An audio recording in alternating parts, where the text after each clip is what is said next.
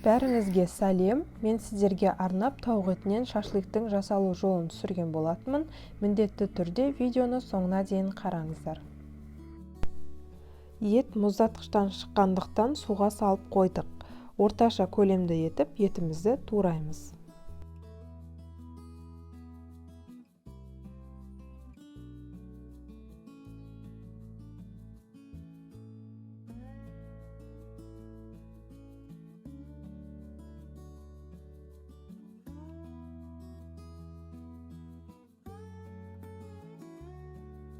Осылай шауып аламыз және пышақтың көмегімен кесеміз.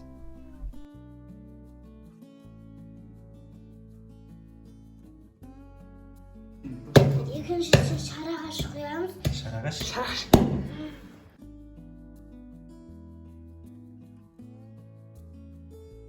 Керек емес жерлерін, яғни бас жағын кесіп алып тастаймыз. Бұл видео таза үй жағдайында түсірілді, ең бастысы өте дәмді болып шығады.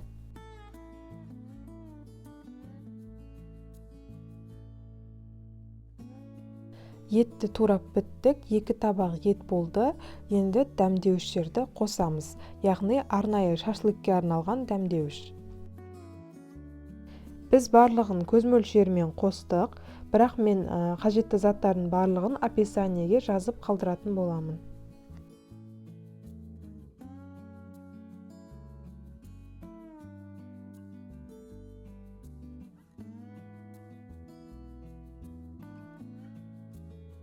Дәмдеуіштерді қосқаннан соң жақсылап бір рет араластырып аламыз.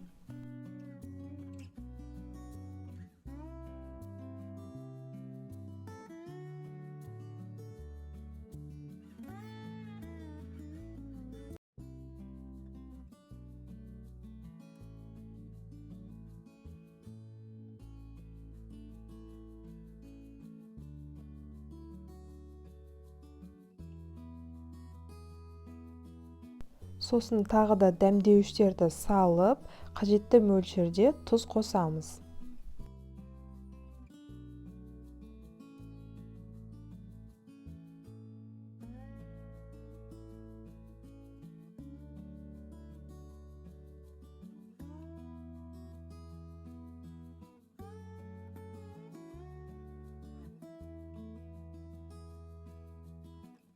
Майонез құйып, 1 дана пияз турап, кетчуп қосып тағы да араластырамыз.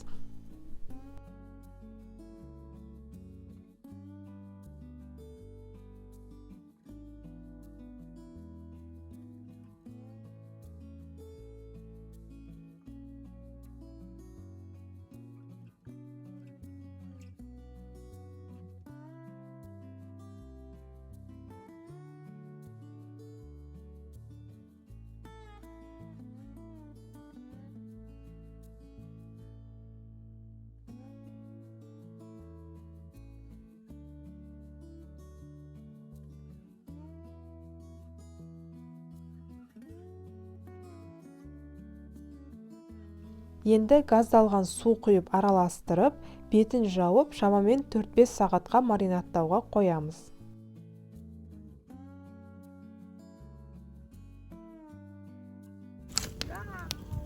Отындарымызды осылай тұтандырып бастадық.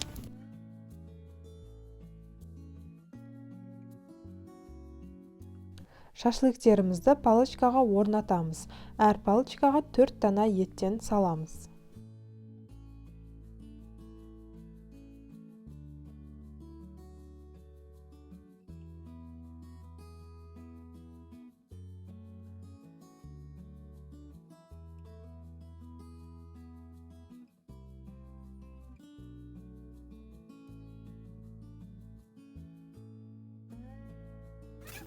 Отымыз осылай шоққа айналған соң мангалға салып шығамыз.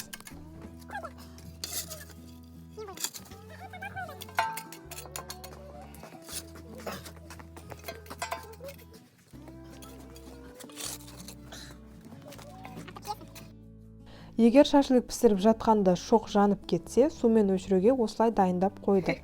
Енді шашлыктерімізді орналастырамыз, арасын жиі етіп орналастырамыз.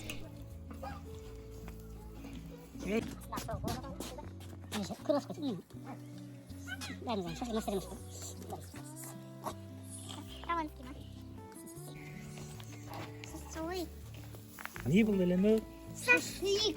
Шашлык очень-очень вкусно. Вкусно шашлык. Вкусно шашлык.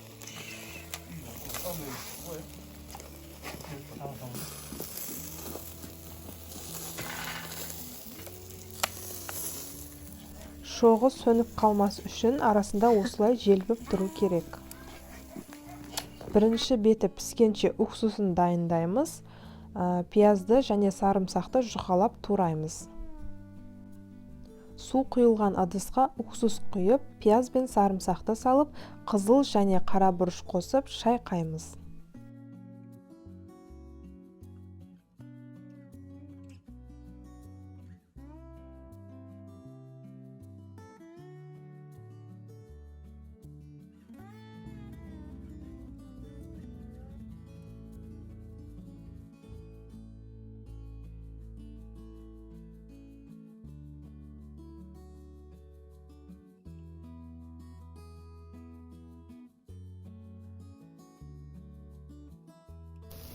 Шашлыктеріміздің бірінші беті пісті, екінші бетінде дәл осылай пісіріп аламыз.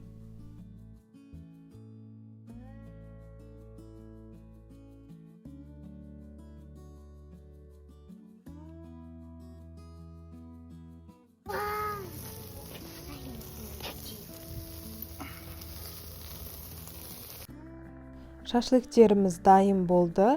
Біз әрдайым осылай жасаймыз. Сіздерге де ұнайды деген ойдамын. Сіздермен бірге болған Айнура, назарларыңызға рахмет.